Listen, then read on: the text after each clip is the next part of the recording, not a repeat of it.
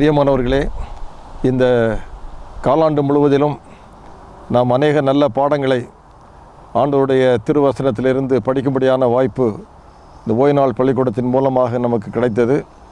அதற்காக நாம் ஆண்டவருக்கு நன்றி செலுத்துவோம். ஒவ்வொரு வாரமும் நாம் படித்து வந்த பாடங்களின் மூலமாக நாம் கற்றுக்கொண்ட நல்ல செய்திகளுக்காக, ஆலோசனைகளுக்காக, எச்சரிப்புகளுக்காக நாம் ஆண்டவருக்கு நன்றி செலுத்த வேண்டும். ஒவ்வொரு நாளும் திருவசனங்களின் மூலமாக நாம் படிக்கிற பாடங்கள் நமக்கு நம்முடைய அன்றாட வாழ்க்கைக்கு பயனளிக்கத்தக்கதாக இருக்கவில்லை என்றால் ஆண்டவருடைய வசனத்தை படிப்பதனால் நமக்கு பயன் எதுவும் இல்லை. இன்றைக்கு கூட அநேக தருணங்களிலே நாம் வேத புத்தகத்தை ஆலயத்துக்கு கொண்டு வருவதற்காகவோ அல்லது வீடுகளிலே வைத்திருப்பதற்காகவோ, இரவிலே கனவுகள் வராதபடிக்கு, கெட்ட கனவுகள் தோன்றாதபடிக்கு இதை ஒரு மந்திர புத்தகமாக வைத்து கொள்ள வேண்டும் என்று விரும்புகிறவர்கள் அநேகர் இருக்கிறார்கள்.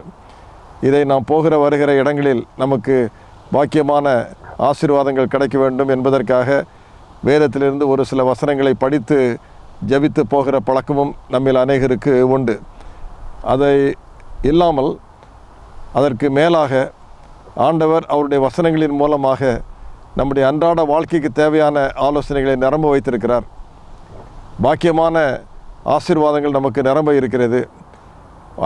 அந்தந்த நாளுக்குரிய தீர்மானங்களுக்கு நமக்கு உதவி செய்யத்தக்கதாக ஆலோசனைகள் நிரம்ப இருக்கிறது, எச்சரிப்புகள் நிரம்ப இருக்கிறது. சாத்தானுடைய கண்ணிகளுக்கு நாம் விலகி வாழத்தக்கதாக நமக்கு ஆண்டவர் நமக்கு நல்ல ஆலோசனைகளை இந்த வேத வசனங்களிலே வைத்திருக்கிறார். அவைகளுக்காக நாம் ஆண்டவருக்கு நன்றி செலுத்த வேண்டும்.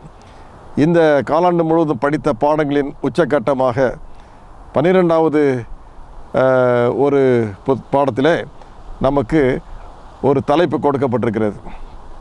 அந்தி கிறிஸ்து என்கிற தலைப்பு. அந்தி கிறிஸ்து என்று சொன்ன மாத்திரத்திலே அநேகருடைய வாழ்க்கையில் அந்தி கிறிஸ்து என்றால் யார் என்று தெரிந்து கொள்ள வேண்டும் என்பது நம்முடைய முக்கியமான ஒரு பாரம்.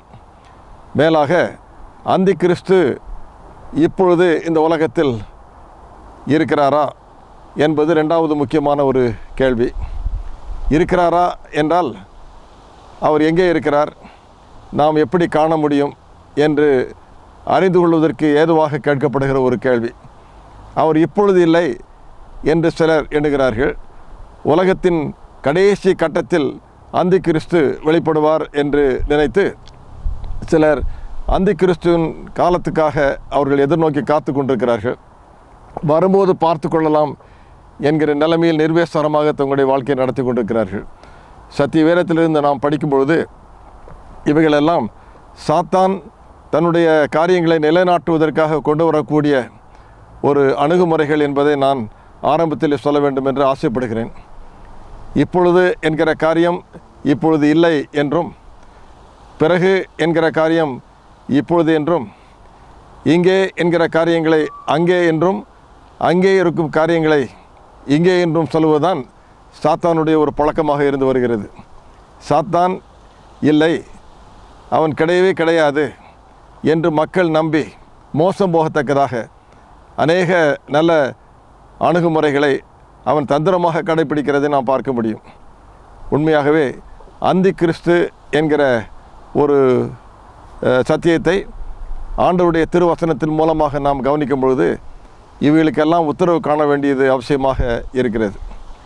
கிறிஸ்து என்றால் கடவுள் என்றும், அந்தி கிறிஸ்து என்றால் கடவுளுக்கு மாறாக இருக்கும் ஒரு மனிதன் என்றும் அர்த்தப்படுத்துவது முடியும். அந்தி கிறிஸ்து, அந்தி கிறிஸ்து யார் என்றால் கடவுளுக்கு பதிலாக, கடவுளுக்கு மாறாக, கடவுளுடைய இடத்தில் கடவுள் போன்று நடித்து காரியங்களை நடத்தக்கூடிய ஆற்றல் படைத்த ஒருவருக்கு கொடுக்கப்பட்டிருக்கிற பெயர் தான் அந்தி கிறிஸ்து என்பதாகும். அந்தி கிறிஸ்து யார் என்பதை குறித்து நாம் தெரிந்து கொள்வதற்கு மத்தேயு சுவிசேஷம் 24ஆம் அதிகாரத்திலே நாம் படிக்கும் பொழுது ஒலிவுமலை சொற்பொழிவுகளை தம்முடைய சீஷர்களை வைத்து ஆண்டவர் கொடுத்து வந்த நேரத்தில் உலகத்தின் வரலாற்று சம்பவங்களை அவர் முன் அறிவித்தார். எருசலேமின் அழிவை சுட்டி காண்பித்து அது முதற்கொண்டு உலகத்தின் முடிவு வரைக்கும் அருமைரட்சகராக இயேசு கிறிஸ்துவின் அதிசீக்கிர 2வது வருகையின் நேரம் வரைக்கும் உலகத்தின் காலப்போக்கிலே என்னென்ன சம்பவங்கள் எப்படியெல்லாம் நடக்கும் என்று அவர் முன்னறிவித்து அறிவுரைகள் கொடுத்ததை குறித்து மத்தேயு 24ஆம் அதிகாரத்திலே படிக்கிறோம். அதே ஒரு காரியத்தை மார்க்கு சுவிசேஷத்திலும் லூக்கா சுவிசேஷத்திலும் நாம் காண முடியும். மத்தேயு 24ஆம் அதிகாரம், மார்க்கு 13ஆம் அதிகாரம், லூக்கா 21ஆம் அதிகாரங்களை நாம் சேர்த்து வைத்து படிக்கும் பொழுது உலக வரலாற்றின் காலகட்டத்தில் ஏற்படக்கூடிய நிகழ்ச்சிகளை குறித்தும், அது இயற்கை சூழலில் இருந்தாலும் சரி, அரசியல் சூழ்நிலையில் இருந்தாலும் சரி, மார்க்க சூழ்நிலையில் இருந்தாலும் சரி, ஆன்மீக காரியங்களுக்கு அடுத்த காரியமாக இருந்தாலும் சரி, என்னென்ன மாறுதல்கள், என்னென்ன சம்பவங்கள், நிகழ்ச்சிகள் நடக்கும், மனுக்குலத்தை என்னென்ன விதங்களிலெல்லாம் அவைகள் பாதிக்கும் என்பதை நாம் ஆண்டவருடைய திருவசனத்திலே படிக்க முடிகிறது. அவைகளை சொல்லி கொண்டு போன ஆண்டவர், கள்ளத்தீர்க்கதரிசிகளுக்கு நீங்கள் எச்சரிக்கையாயிருங்கள், அவர்கள் ஓநாய்களைப் போன்று ஆட்டுகளுக்குள்ளாக வருவார்கள் என்று ஆண்டவர் எச்சரிப்பு கொடுத்தார். அவர்கள் நல்லவர் போல் நடித்து அவர்கள் தீமை செய்வதற்கு துணிந்து போடுவார்கள் என்று ஆண்டவர் சொன்னார். ஆகையால் இங்கே நந்தி கிறிஸ்து யார் என்பதை கண்டுபிடிக்கத்தக்கதாக பிரயாசப்படும் பொழுது நான் தான் அந்தி கிறிஸ்து என்று யாரும் சொல்லிக் கொண்டு வரப்போகிறதில்லை. ஆகவே இன்னும் கூடுதலாக அந்தி கிறிஸ்து யார் என்பதை நாம் தெரிந்து கொள்வதற்கு அவன் மறைமுறையாக வருவான், தந்திரமாக வருவான், தெரியாமல் வருவான், தெரிந்தவர்கள் போல கூட வருவான். ஆனால் நாம் அதை கணக்கு போட்டு பார்ப்பதற்கும் கண்டுபிடிப்பதற்கும் உரைகள் என்ன, அதற்கான முறைமைகள் என்ன என்பதை நாம் வேதத்திலிருந்து தெரிந்து வைத்திருந்தால்தான் அந்தி கிறிஸ்து யார் என்பதை நாம் புரிந்து கொள்ள முடியும். பவுலப்போஸ்தலனுடைய காலத்தில் தெசலோனிக்கே பட்டணத்தில் ஆண்டவரால் ஏற்படுத்தப்பட்ட திருச்சபையின் விசுவாச மக்களுக்கு பவுலப்போஸ்தலன் 1வது நிருபத்தை எழுதின பொழுது அநேக நல்ல ஊக்கமான ஆன்மீக செய்திகளை அவர்களுக்கு கொடுத்தார். அப்படிப்பட்ட நிலைமையிலே அவர்களுக்கு அந்த ஆலோசனைகளை ஏற்று அதன்படி தங்களுடைய வாழ்க்கையை நடத்த வேண்டும் என்கிற தீர்மானம் அதிகமாக இருந்த போதிலும் கூட காலப்போக்கிலே அவர்களுக்குள் பல்வேறு சந்தேகங்களும் ஆட்சேபனைகளும் அவர்களுக்கு உண்டாயிற்று என்று நாம் திருவசனத்திலே பார்க்கிறோம். ஆண்டவராகிய இயேசு கிறிஸ்துவின் அதிசீக்கிர வருகை குறித்தும், மரித்தோருடைய உயிர்த்தெழுதலை குறித்தும், இன்னும் அதற்கு முன்பாக ஏற்படக்கூடிய அநேகமான போராட்டங்களை குறித்தும், வஞ்சகமான நிகழ்ச்சிகளை குறித்தும் அவர்கள் பல்வேறு கேள்விகளை தங்களுடைய வாழ்க்கையில் உடையவர்களாக இருந்தார்கள். அதன் விளைவாக சத்தியத்துக்கு மாறாக செயல்படவும், கடவுளை விட்டு வளைவிலகி போகக்கூடிய ஒரு நிலைமையில் தங்களை ஈடுபடுத்தவும், ஆண்டவருடைய வருகைக்காக ஆயத்தப்படுவதை விட்டுவிட்டு உலகத்தின் போக்கிலே போகக்கூடிய ஒரு இயல்பு அவருடைய வாழ்க்கையில் இருந்தபடியினாலே பவுலப்போஸ்தலன் தனது ஊழியத்தின் காலத்திலே இந்த 2வது நிருபத்தை எழுத வேண்டும் என்று அவர் தீர்மானித்து, அந்த 2வது நிருபத்திலே சபைக்குள்ளாக நுழையக்கூடிய சில வஞ்சகமான காரியங்களை எடுத்து காண்பிக்க வேண்டும் என்று அவர் விரும்புகிறார். அவைகளில் ஒன்றுதான் அந்தி கிறிஸ்து என்கிற ஒரு செய்தியாகும். அந்தி கிறிஸ்து யார் என்பதை குறித்து 2ஆம் அதிகாரம் 1வது வசனத்திலிருந்து 9ஆம் வசனம் வரைக்கும் நாம் படித்து பார்க்கிற நேரத்திலே அங்கு சில முக்கியமான அடையாளங்கள் அங்கு கொடுக்கப்பட்டிருக்கிறதை நீங்கள் பார்க்க முடியும். இன்றைக்கும் கூட அந்தி கிறிஸ்து இந்த உலகத்தில் எப்படிப்பட்ட கிரியைகளை நடப்பிக்கிறார் என்பதை குறித்து நாம் வாசிப்பதற்கு ஏதுவாக இவைகள் நமக்கு மிகவும் பிரயோஜனமுள்ளவைகளாக இருக்கின்றன. வெளிப்படுத்தல் புத்தகம், தானியேல் புத்தகம் இந்த அந்தி கிறிஸ்துவை குறித்த சில அடையாளங்களை கண்டுபிடிப்பதற்கான சில அடையாளங்களை நமக்கு தெளிவாக கொடுக்கிறதை நாம் பார்க்க முடியும்.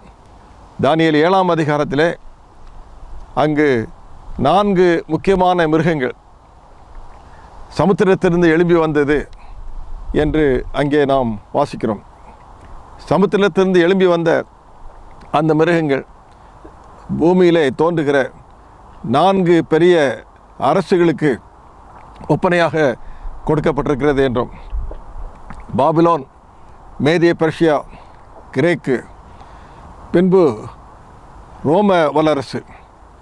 இந்த ரோம வல்லரசின் காலத்தில் அரசியல் போக்கு எப்படி இருக்கும், மார்க்க சம்பந்தமான காரியங்கள் எப்படி இருக்கும், ஆன்மீக வாழ்க்கை எப்படி இருக்கும், அந்த ஆன்மீக வாழ்க்கைக்கும் மார்க்க சம்பந்தமான காரியங்களுக்கும் தலைமை வகித்த தலைவர்கள், திருச்சபை போதகர்கள், ஊழியக்காரர்கள் அவருடைய நிலைமை எப்படி இருக்கும் என்பதை குறித்து தீர்க்க தரிசனமாக தானியேலை கொண்டு ஆண்டவர் வெளிப்படுத்தி சொல்லும்போது, ஒரு நேரம் வரும்பொழுது அதிகாரமும் அதிகாரத்துக்கு ஏதுவான சில நடவடிக்கைகளும் அவருடைய வாழ்க்கையில் எடுப்பார்கள்.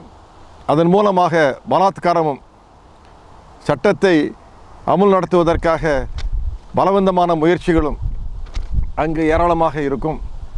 உபத்திரவங்கள் வரும். சத்தியத்துக்கு மாறான சில கட்டுப்பாடுகள் நுழைக்கப்படும்.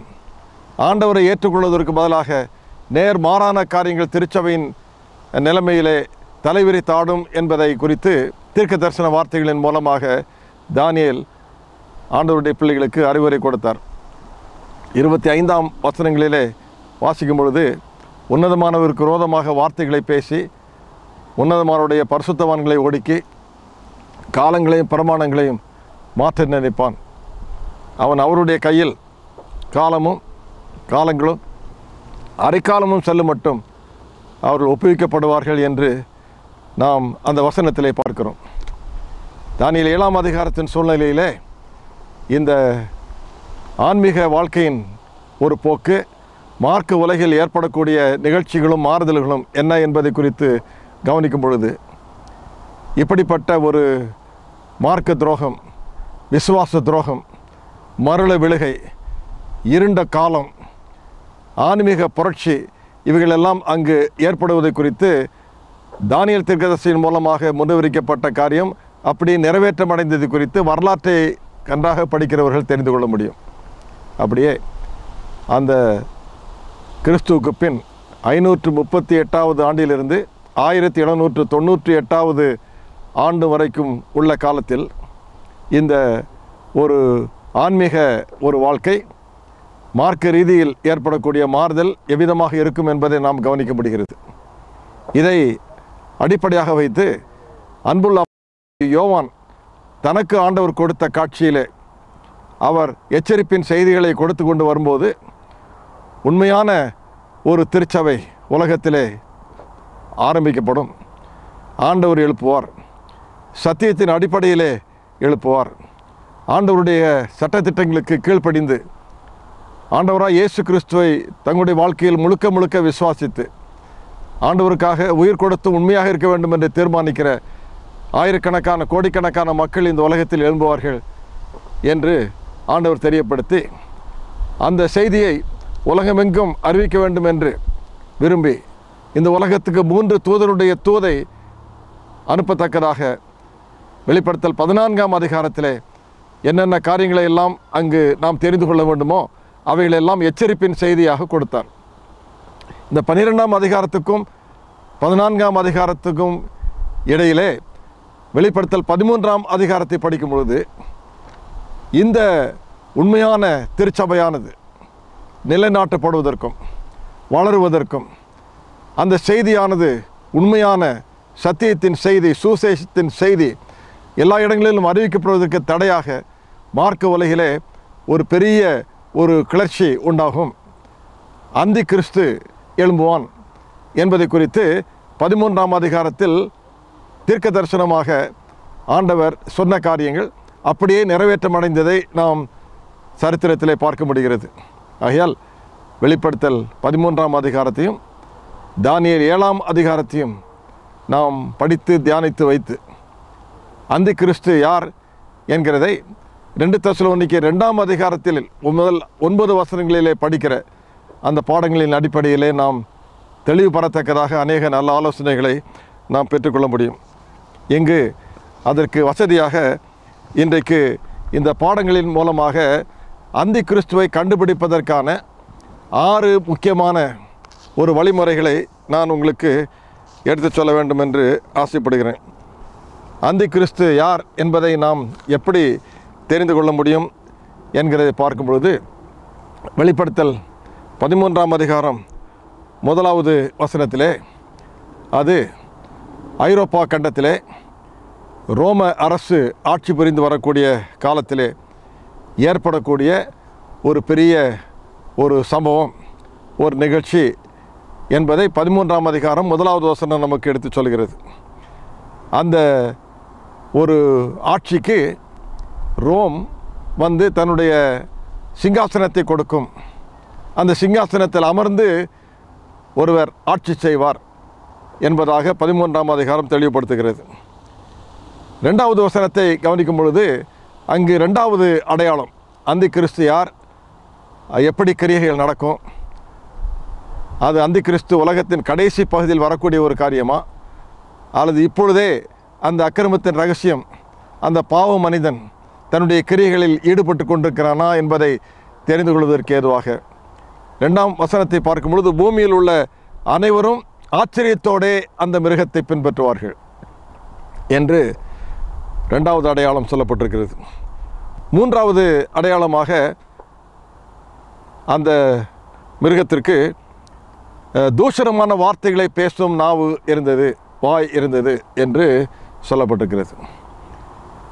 தானியேல் 7ஆம் அதிகாரம் 25வது வசனத்திலே சற்று முன்பதாக நான் குறிப்பிட்டது போல, தேவதூஷணம் என்றால் என்ன என்றால் நாம் சொல்லுகிற தூஷணமான வார்த்தைகள் அல்ல. தேவதூஷணம் என்பது கடவுள் செய்ய வேண்டிய காரியத்தை தான் செய்ய துணியும் போது, கடவுள் சொல்லாத காரியத்தை கடவுள் சொன்னதாக சொல்ல தான் தீர்மானம் செய்யும் பொழுது, கடவுளுடைய இடத்தில் நானே கடவுள் என்று சொல்லக்கூடிய துணிகரம் எப்பொழுது ஒரு ஆளிடத்திலோ அல்லது ஒரு நிர்வாகத்தினிடத்திலோ காணப்படுகிறதோ அப்பொழுது அது தேவதூஷணம், அந்தி கிறிஸ்துவுக்கு நேர்மாறாக செயல்படக்கூடிய காரியம் என்பதை நாம் மனதில் வைத்துக்கொள்ள முடியும். இந்த 3 முக்கியமான அடையாளங்களை நாம் வைத்து அடுத்து 4வது அடையாளத்தை நாம் பார்க்கும் பொழுது 13ஆம் அதிகாரம் 7வது வசனத்திலே இந்த அந்தி கிறிஸ்துவனுடைய ஒரு வேலை, அட்டகாசம் எப்படி தலைவிரித்தாடும் என்பதை நாம் சரித்திர சம்பவங்களிலே நாம் ஒப்பிட்டு படிக்கும் பொழுது, இருண்ட காலம் என்று சொல்லக்கூடிய அந்த காலத்திலே ரோம வல்லரசு ஆட்சி நடத்தி கொள்ளக்கூடிய சூழ்நிலையிலே அந்த போப்பு மார்க்க வல்லமையானது பலத்த எதிர்ப்புகளையும் உபத்திரவங்களையும் ஆண்டவரை நேசிக்கிற பிள்ளைகளுக்கு விரோதமாக, சத்தியத்தை நேசிக்கிறவர்களுக்கு விரோதமாக, வேத புத்தகத்தை நேசிக்கிறவர்களுக்கு விரோதமாக கொண்டு வந்தது என்பதை நாம் தெளிவாக பார்க்க முடிகிறது. 1260 ஆண்டுகள். காலம் என்றால் 1 ஆண்டு, காலங்கள் என்றால் 2 ஆண்டுகள், அரைக்காலம் என்றால் அரை ஆண்டு, 3½ ஆண்டுகள் என்று சொல்லும் பொழுது ஒரு ஆண்டுக்கு 360 நாட்கள் என்று கணித்து 3½ ஆண்டுகளுக்காக நாம் அதை பெருக்கி பார்க்கும் பொழுது 1260 நாட்கள். ஒரு நாள் என்பது தீர்க்க தரிசனத்தை படிக்கும் பொழுது, எல்லா நேரத்திலும் அல்ல, தீர்க்க தரிசனத்தை படிக்கும் பொழுது ஒரு நாள் என்பது ஒரு ஆண்டு என்று கணிக்க வேண்டும் என்று நமக்கு வேதாகமம் சொல்லுகிறது. அதை அடிப்படையாக வைத்து 1260 ஆண்டுகள் இருண்ட காலம், மகா உபத்திரவமான காலம், அந்தி கிறிஸ்து தன்னுடைய ஆரோக்கியமான அட்டகாசங்களை செய்து கொண்டு வரக்கூடிய ஒரு காலம், சத்தியத்துக்கு புறம்பாக, கடவுளுக்கு புறம்பாக, ஆண்டவராய் இயேசு கிறிஸ்துக்கு விரோதமாக செய்யக்கூடிய அத்தனை காரியங்களும் இந்த நாட்களில் நடந்தது.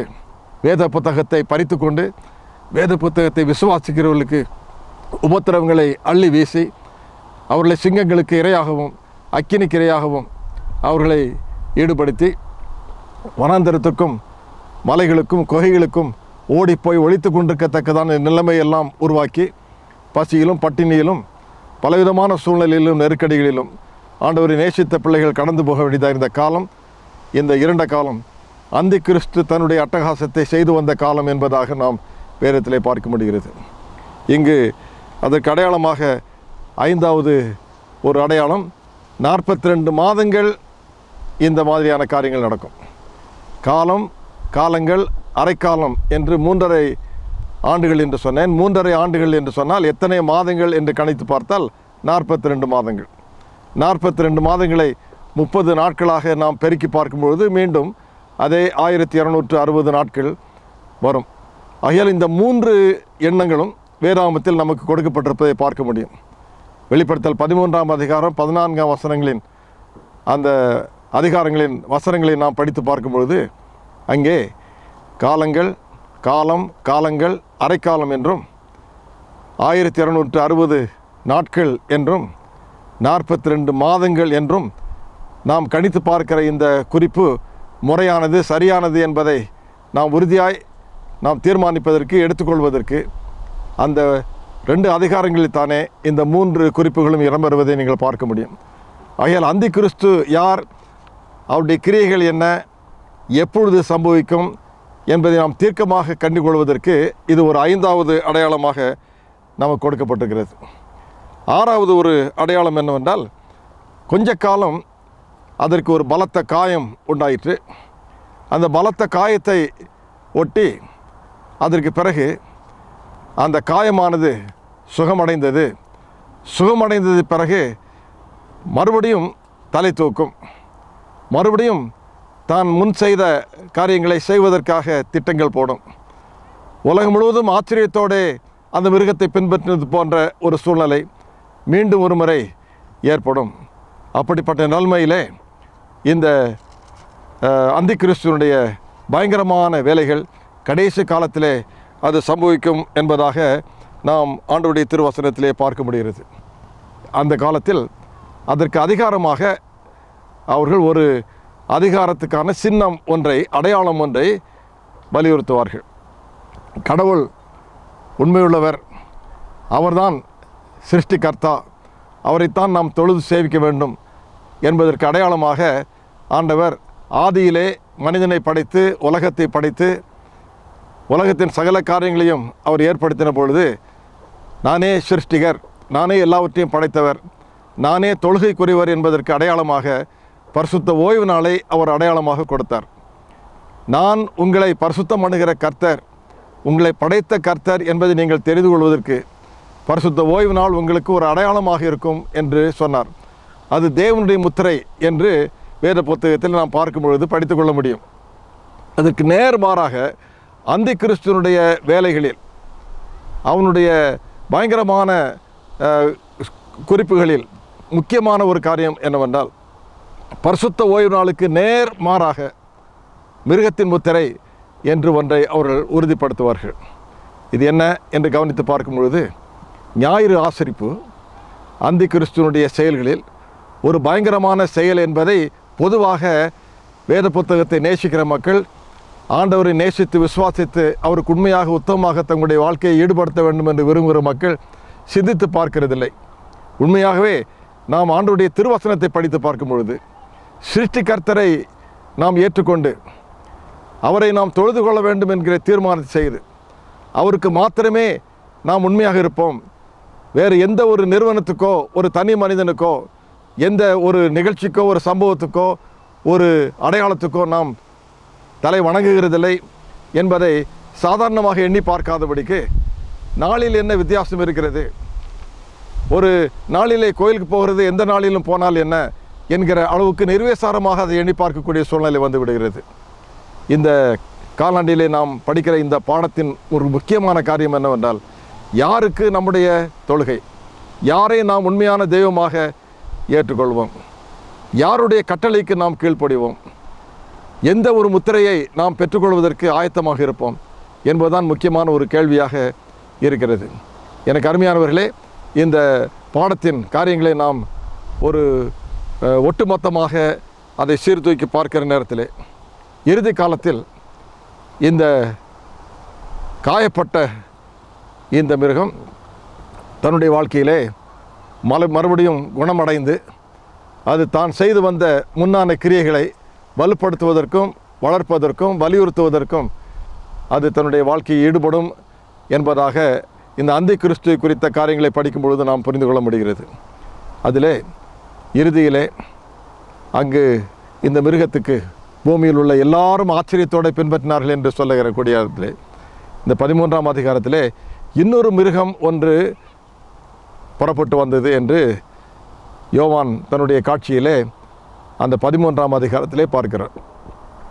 அது அமெரிக்கா சரித்திரத்திலே ஒரு சிறிய ஆட்டுக்குட்டியை போன்று அது சிறிய ஒரு நாடாக அது ஆரம்பித்து அது சிங்கத்தை போல் கர்ஜிக்கக்கூடிய ஒரு பயங்கரமான வலுவான ஒரு அரசாங்கமாக வரும் என்பதை தீர்க்கதரிசனம் சொன்னபடியே அது இந்த போப்பு மார்க்க ஆதிக்கத்திலிருந்தும் ஐரோப்பாவில் நடந்த பலவிதமான இடையூறுகளையும் கடந்து, உபத்திரவங்களை கடந்து, அங்கிருந்து தப்பி ஓடி ஆண்டவருடைய சத்தியத்துக்காக, இயேசு கிறிஸ்துவின் சாட்சிக்காக, அவருடைய திருவசனத்தின் போதனைகளுக்காக உறுதியாக இருக்க வேண்டும் என்று ஒரு புராட்டஸ்டன்ட் மார்க்கமாக அமெரிக்கா தலை தூக்கி ஆண்டவரால் ஆசீர்வதிக்கப்பட்டு வளர்ந்து கொண்டு வந்த காலத்திலே தீர்க்க தரிசனமாக ஆண்டவர் முன்னறிவித்தார்.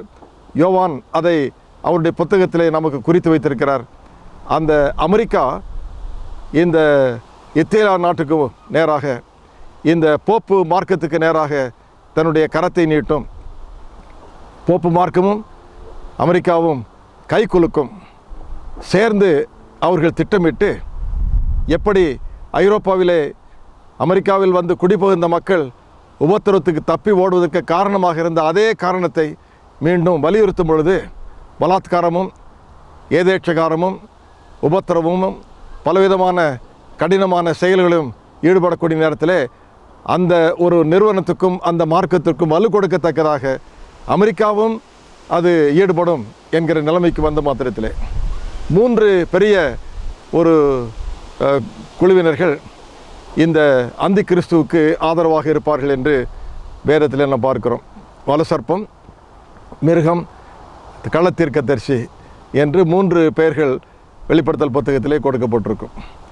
வலசர்ப்பம் என்பது கிறிஸ்தவ மார்க்கங்களை அல்லாமல் ஏனைய மார்க்கங்களும், கள்ளத்தீர்க்கதரிசி என்று சொல்லும்பொழுது கடவுள் உண்மையாகவே இருக்கிறார், அவருடைய திருவசனம் உண்மையாக இருக்கிறது என்று சொல்லியும் கடவுளை உண்மையாக நம்பாமல், அவருடைய திருவசனத்தை உண்மையாக நம்பாமல், விசுவாசிக்காமல், கடைப்பிடிக்காமல், கீழ்ப்படியாமல் விட்டுவிட்ட அப்படிப்பட்ட ஒரு குழுவினர்களுக்கு கிறிஸ்தவர்கள் என்றும் கிறிஸ்தவர்கள் இல்லாதவர்கள் போல வாழ்க்கை நடத்தி கொண்டிருக்கிறவர்களுக்கு கள்ளத்தீர்க்கதரிசி என்றும், மிருகம் என்பது இந்த போப்பு மார்க்க வல்லமையை குறித்து குறிப்பிடுகிற ஒரு காரியமாகவும் இந்த 3 குழுவினர்களும் சேர்ந்து ஆண்டவருக்காக உண்மையாக இருக்கிற மக்களுக்கு விரோதமாக போராட்டம் செய்வார்கள். அந்தி கிறிஸ்துவின் காலம் எப்பொழுது ஆரம்பித்தது, எப்படி போய்கொண்டிருக்கிறது, என்ன நிலைமையில் அது முடிவடை போகிறது என்கிற எல்லா விவரங்களையும் நாம் ஆண்டவருடைய திருவசனங்களிலிருந்து படித்து பார்க்கும் பொழுது இந்த உலகத்தில் என்றுமே இல்லாத இக்கட்டான காலம், பயங்கரமான காலம் அது சீக்கிரமாக வரப்போகிறது என்பதை நாம் ஆண்டவருடைய வசனத்தின் மூலமாக, தீர்க்க தரிசன விவரங்களின் மூலமாக நன்றாக நாம் தெரிந்து கொள்ள முடிகிறது. இந்த அந்தி கிறிஸ்துவனுடைய செயல்களை குறித்து நான் ஒரு 4-5 காரியங்களை நான் சொல்ல வேண்டும் என்று ஆசைப்படுகிறேன். அந்தி கிறிஸ்துவனுடைய செயல்களை நாம் புரிந்து கொள்வதற்கும் உணர்ந்து பார்ப்பதற்கும் அநேக காரியங்களை நாம் கவனிக்கலாம். இந்த 5 காரியங்களை நாம் குறிப்பாக மனதில் வைத்துக் கொள்ள வேண்டும் என்று இந்த பாடத்தை படிப்பதன் மூலமாக நாம் தெரிந்து கொள்ள முடிகிறது. அந்தி கிறிஸ்து உன்னுடைய செயல்கள் எப்படி இருக்கும், மார்க்க உலகத்திலே ஆன்மீக வாழ்க்கையிலே அது எப்படி தலை தூக்கும் என்பதை குறித்து வாசிக்கும் பொழுது எந்த ஒரு நிலைமையிலும் ஆன்மீக வாழ்க்கையிலே ஒரு குழுவினராக இருந்தாலும் சரி, ஒரு சபையாக இருந்தாலும் சரி, ஒரு பெரிய இயக்கமாக இருந்தாலும் சரி, அது அரசியலாகவே இருந்தாலும் சரி, நாட்டின் காரியங்களாக இருந்தாலும் சரி, எப்பொழுதும் ஒரு தனி மனிதனுக்கு நாம் ஒரு முக்கியத்துவம் கொடுக்கக்கூடிய சூழ்நிலை வந்தால் அது அந்தி கிறிஸ்துவை கண்டுபிடிப்பதற்கான ஒரு அடையாளம் என்பதை நாம் தெரிந்து கொள்ள முடியும். ஆகையால் இன்றைக்கு நாம் எந்த இடங்களில் நாம் போய் பார்த்தாலும் இங்கே ஆண்டவர் தானியேல் தீர்க்கதரிசியின் மூலமாக அறிவித்தது போல 4வது மிருகம் மற்ற மிருகங்களை எல்லாவற்றை காட்டிலும் வேற்றுருவமாயிருந்து என்று வாசிக்கிறோம். அந்த மிருகத்திற்கு அரசியலும் மார்க்கமும் சேர்ந்து இணைந்து அகோர வல்லமை பெற்று அதன் மூலமாக ஏதேட்சகாரம் ஆதிக்கம் செலுத்தக்கூடிய ஒரு இயல்பு வந்தது என்பதை குறித்து நாம் ஆண்டவருடைய வசனத்திலே நாம் தெளிவாக படிக்கிறோம். ஆகையால் அந்தி கிறிஸ்துவனுடைய செயல் எப்படி வெளிவருகிறது என்பதை பார்க்கும் பொழுது அந்த நிறுவனத்துக்கு ஒரு அதிகாரம், ஒரு தனி மனிதருக்கு கொடுக்கக்கூடிய ஒரு இயல்பு ஏற்படும் என்பதாக நாம் பார்க்கிறோம். 2வது ஒரு காரியத்தை நாம் கவனித்தால், அந்தி கிறிஸ்து யார், அந்தி கிறிஸ்துவனுடைய செயல்கள் எப்படிப்பட்டவை, அது எப்படி நாம் கண்டுபிடிக்க முடியும் என்று நாம் கவனிக்கும் பொழுது, இரண்டாவதாக தான் தெரியப்படுத்தும் காரியத்தை ஆண்டவருடைய சத்தியமாக பிடிவாதமாக சொல்லக்கூடிய ஒரு பழக்கம் அந்தி கிறிஸ்துவினுடைய பழக்கமாக இருக்கிறது. ஆதியிலே ஏதேன் தோட்டத்தில் ஆதாம் ஏவாளை வஞ்சிக்கத்தக்கதாக சர்ப்பத்தின் வடிவிலே வந்த சாத்தான் தேவன் சொன்னாரோ தேவன் சொன்னாரோ தேவன் சொன்னாரோ என்று சந்தேகத்தை எழுப்பி கடவுளுடைய திட்டத்தையும் அவருடைய சத்தியத்தையும் மறைத்து மூடி தன்னுடைய காரியத்தை கடவுளுடைய சத்தியம் போல பேசக்கூடிய ஒரு இயல்பு எப்படி ஏதேன் தோட்டத்திலே ஆதாம் ஏவாளை வஞ்சிப்பதற்கு காரணமாக இருந்ததோ, அதுபோன்று இன்றைக்கு கடவுள் சொல்லாத ஒரு காரியத்தை, கடவுள் செய்யாத ஒரு காரியத்தை, கடவுள் கட்டளையிடாத ஒரு காரியத்தை கடவுள் கட்டளையாக எண்ணி அதை வலியுறுத்தக்கூடிய அளவுக்கு ஏதாட்சிகாரம் யாருடைய நிலைமையில் இருக்கிறதோ அந்த நிலைமையில் அந்தி கிறிஸ்துவனுடைய ஒரு பயங்கரமான செயல் என்பது என்ன என்பதை நாம் தெரிந்து கொள்ள முடியும். சத்தியத்தை நீங்கள் அறிவீர்கள், சத்தியம் உங்களை விடுதலையாக்கும் என்று யோவான் 8ஆம் அதிகாரம் 32வது வசனத்திலே பார்க்கிறோம். சத்தியத்தை நீங்கள் அறிவீர்கள், சத்தியம் உங்களை பரிசுத்தப்படுத்தும் என்று யோவான் 17ஆம் அதிகாரம் 17ஆம் வசனத்திலே நாம் பார்க்கிறோம். ஆகையால் இங்கு அந்தி கிறிஸ்து யார் என்பதை நாம் தெரிந்து கொள்வதற்கு இரண்டாவது ஒரு காரியமாக இங்கே ஆண்டவருடைய வசனத்தை முக்கியப்படுத்தாதபடிக்கு மனிதனுடைய போதனையை ஆண்டவருடைய போதனையாக ஏற்கக்கூடிய ஒரு நிலைமை எப்பொழுது வருகிறதோ அது அந்தி கிறிஸ்துவனுடைய செயல் என்பதை நாம் மனதில் வைத்துக்கொள்ள வேண்டும். மூன்றாவதாக அந்தி கிறிஸ்துவனுடைய செயல்களிலே ஒன்று மக்களுடைய மனதை வலுக்கட்டாயமாக திருப்புவது. ஆங்கிலத்திலே மனிப்புலேஷன் என்று சொல்லுவார்கள். தவறான நோக்கத்தோடு உட்கருத்தோடு மனிதனுடைய இயல்புகளை தங்கள் வசப்படுத்துவதற்காக செய்யக்கூடிய எந்த காரியமும் அது அந்தி கிறிஸ்துவனுடைய செயலாகும். சத்தியத்தை போதிக்கிறவர்கள் அப்படி செய்யக்கூடாது. ஆண்டவரிடத்திலே மனம் திரும்புதலுக்கு ஏதுவாக கொண்டவர்கள் அப்படி செய்யக்கூடாது. ஆண்டவருடைய சபைக்கு தேவையான பணம் மற்றும் காரியங்களை கொண்டு வருவதற்காக இப்படிப்பட்ட முறைகளை கையாடுவது கூடாது. அது அந்தி கிறிஸ்துவனுடைய செயல். இங்கே அந்தி கிறிஸ்து யார் என்பதை நாம் தெரிந்து கொள்வதற்கு நாம் வெளியே போக வேண்டியதில்லை, தூரமாக போக வேண்டியதில்லை. சில சமயங்களில் நாமும் கூட அவனுக்கு பங்காளியாக இருந்து அவனுடைய செயலில் ஈடுபடுபவர்களாக இருக்க முடியும். நான்காவதாக இந்த அந்தி கிறிஸ்துவின் காரியங்களை பற்றி பார்க்கும் பொழுது அடையாளங்களையும் அற்புதங்களையும் நாடி தேடு ஓடுகிற பழக்கம்.